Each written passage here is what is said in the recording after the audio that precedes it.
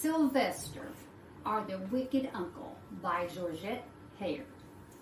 Be careful what you write.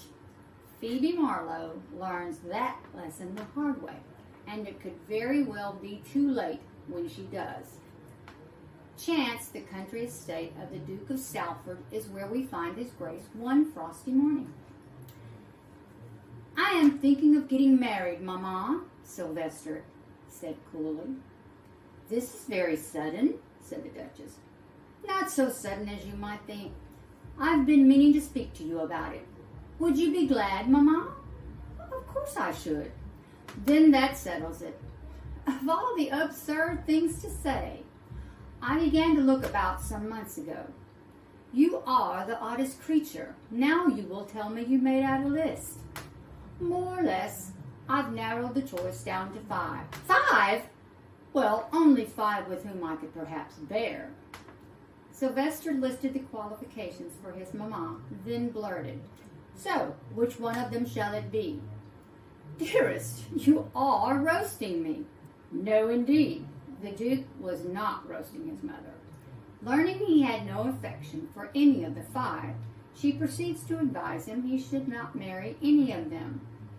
"You are not being the least helpful," he complained. "I thought mothers always made marriage plans for their sons." "And suffered disappointment." "I am afraid the only marriage I ever planned for you was with a 3-day-old infant when you were only 8 years old." "Come now, this is better," he said encouragingly. "Who is she? Do I know her?" "What nonsense you are talking, Sylvester. You speak of love and passion. What could be more romantic than to marry the girl who was betrothed to me in her cradle?" Here we go. Georgette Heyer's version of Pride and Prejudice is a delight. Just as Mr. Darcy turned out not to be as prideful and prejudiced as Elizabeth first believes, neither is his grace.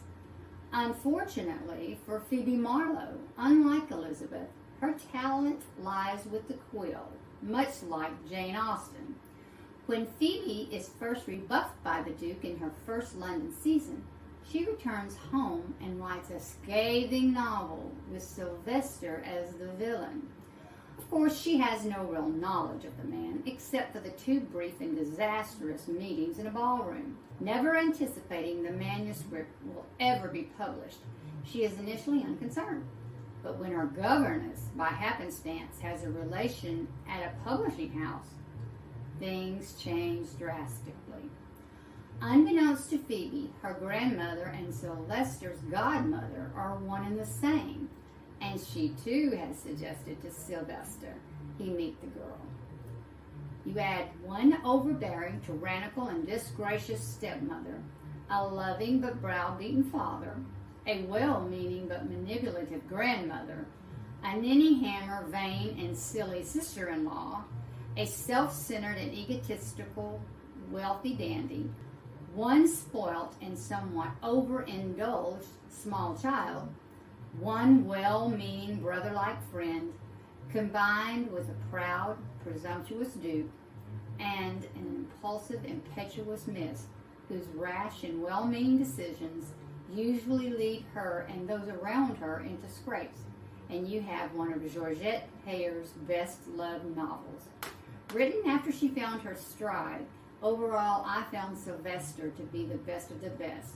Miss Heyer's plot and character development, along with her unsurpassed literary use of the English language, is beyond exceptional. Each of her novels proves again and again why she is considered the gold standard in the historical romance genre. I've mentioned before, I love all her work, but there are 6 novels that I read at least once every year, and Sylvester rounds out that top 6. Depending on my mood of the day, each one of them is ranked in the number 1 spot. This week it was Sylvester. Miss Austen's Pride and Prejudice being my all-time favorite romance novel, it's no wonder I love The Wicked Uncle. The A++ rating is given, and of course the heat level is a 1, with the usual passionate kiss ending the story.